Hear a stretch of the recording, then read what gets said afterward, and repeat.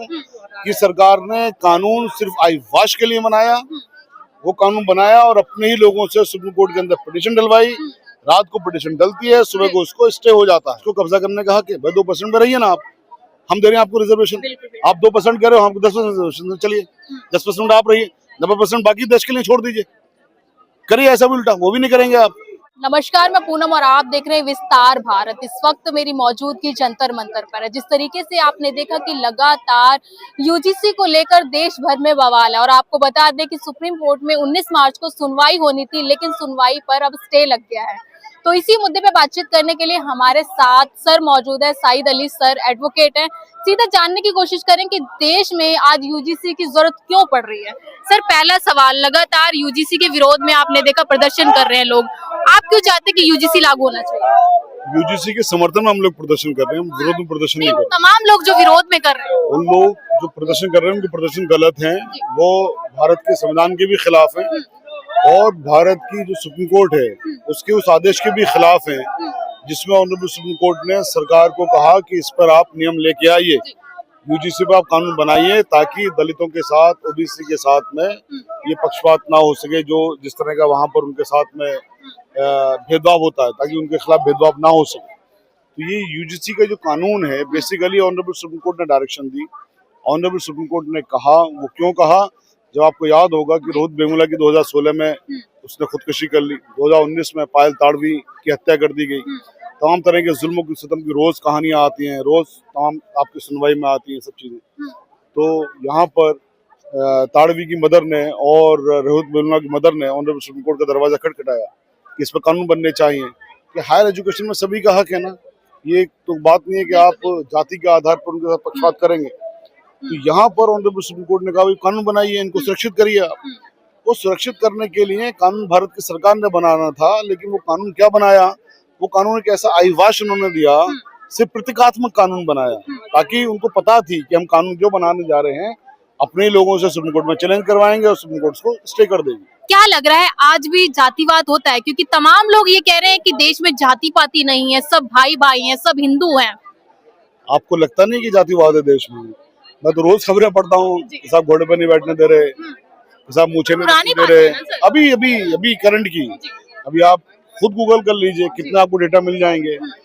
मतलब इससे ज्यादा जुल्म तो कभी होता भी नहीं है, कहीं होता भी नहीं है। किसी देश में आप सुनते हैं कभी कि जाति का आधार पर जुल्म होता हो? हमारे यहाँ पे जाति का आधार पर जुल्म होता है। आपने कहा कि सब हिंदू हैं, तो मुझे बताइए बेटी और बोटी का रिश्ता किसमें है? कौन से दलित की शादी अपहरण काल के साथ हो रही है? बताइए मुझे। पर अब तो कुछ मुद्दे, कुछ मामले ऐसे आ रहे हैं ना कि इंटरकास्ट, लव मैरिज की बात छोड़ दिए, रिश्ते होके कहाँ हो रही? अगर सब लोग साथ की बात आप कर रहे हो तो रिश्ते भी होने चाहिए, शादियां भी होनी चाहिए। तो देखिए ये क्या है ना, ये एक उनका कैलकुलेटेड फ्रॉड है बेसिकली। ये कैलकुलेटेड फ्रॉड क्या है, जब आपको वोट चाहिए तो सब एक हैं, जब आपको वोट के बाद ताकत मिल गई अब आपको ऊपर जुल्म करेंगे। बताइए एक इसमें, इस कानून में जो कानून सुरक्षित करता है SC ST को, OBC को, वो कानून भी आप ढंग से नहीं बना सकते। भारत की सरकार ने क्या पढ़े लिखे लोग नहीं है? तो सरकार ने कहीं ना कहीं खेल किया है। खेल कहीं ना सीधी सी बात है। मैं तो बिल्कुल डंके की चोट पे बात कह रहा हूँ, रेस्पॉन्सिबिलिटी के साथ कह रहा हूँ कि सरकार ने कानून सिर्फ आईवाश के लिए बनाया, वो कानून बनाया और अपने ही लोगों से सुप्रीम कोर्ट के अंदर पिटीशन डलवाई। रात को पिटीशन डलती है, सुबह को उसको स्टे हो जाता है। मोदी सरकार सर ऐसा क्यों करेगी? मोदी सरकार तो चाहती है कि उनको सबका वोट मिले, चाहे वो स्वर्ण हो, चाहे वो SC ST OBC हो। मोदी सरकार ऐसा क्यों करेगी? मैं तो आपको मिसाल दे रहा हूँ, सबूत दे रहा हूँ मैं तो आपको। इससे बड़ा क्या सबूत होगा? ऑनरेबल सुप्रीम कोर्ट ने क्या कहा स्टे करते वक्त कि इसमें एक्ट में जो लैंग्वेज लिखी है वेग है वो। तो आप ये कहना चाह रहे हो कि मोदी सरकार चाहती है करना, लेकिन पढ़ी लिखी नहीं है। मोदी सरकार बेवकूफ है, उसका पढ़े लिखे लोग नहीं है। आप ये कहना चाह रहे हो कि मोदी सरकार तो बहुत अच्छा कर रही है, लेकिन पढ़े लिखे लोग नहीं है। भाई क्या करें, सारे कमा रहे हैं, ये सारे 8वीं पास हैं। अब आप ये मत कहना कि साहब मोदी जी के पास भी डिग्री नहीं है, वो तो ऐसी कानून बनाएंगे। डिग्री दिखा तो दी सर। कहाँ डिग्री अभी तक नहीं दिखाई गई है। बहरहाल उस टॉपिक में नहीं हूँ मैं, डिग्री दिखाई गई नहीं दिखाई गई, ठीक है, वो जैसे भी है हमारे प्रधानमंत्री है। लेकिन देश के लिए जो आपने कहा कि साहब वो तो कर रहे हैं, उनका करा हुआ तो सामने आ रहा है ना।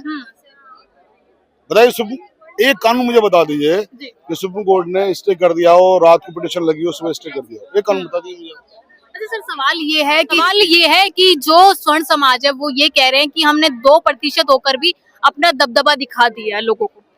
अच्छा, आप ये कह रहे हो 2% होकर के, मैं ये कह रहा हूँ कि वो 2% है या 5% है, 10% है, लेकिन 90% देश पर तो उन्हीं का कब्जा है ना।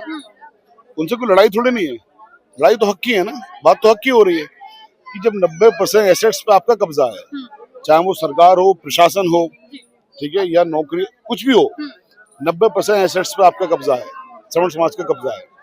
ये जो 10% छोड़ा हुआ है, क्या उसमें 85% आबादी क्या उसमें एकोमोडेट हो सकती है? ये बात हक की है ना। आर्टिकल 14 जो संविधान का है वो कहता है बराबरी की बात करता है, बराबरी की एवेन्यूज होनी चाहिए, अपॉर्चुनिटीज होनी चाहिए। आर्टिकल 21 है, राइट टू लाइफ, सभी के लिए बराबर की बात है, तो बराबरी की बात है ना। बराबरी कहाँ दे रहे हो आप? तो स्वर्ण समाज ये कहता है कि सदियों से आप लोगों ने आरक्षण ले रखा है, अब यूजीसी भी आपको चाहिए, मतलब हम तो जन्म से ही अभागे हो गए। सदियों से आप कह रहे हो, तो देश तो आजाद हुए अभी 77 ईयर्स हुए, सदी तो अभी वैसे भी नहीं हुई। देखिए, एक मुकाबला है उन लोगों में जो लोग राजा हैं। राजा से मेरी मुराद जो लोग सरकारी नौकरियों में एफ्लुएंट हैं, पैसे वाले हैं, संपन्न हैं, उन लोगों से मुकाबला है जो सफाई करने वाले हैं, जो नालियां साफ करते हैं, कूड़ा साफ करते हैं, जो जूते बनाने, चमड़े का साफ काम करते हैं।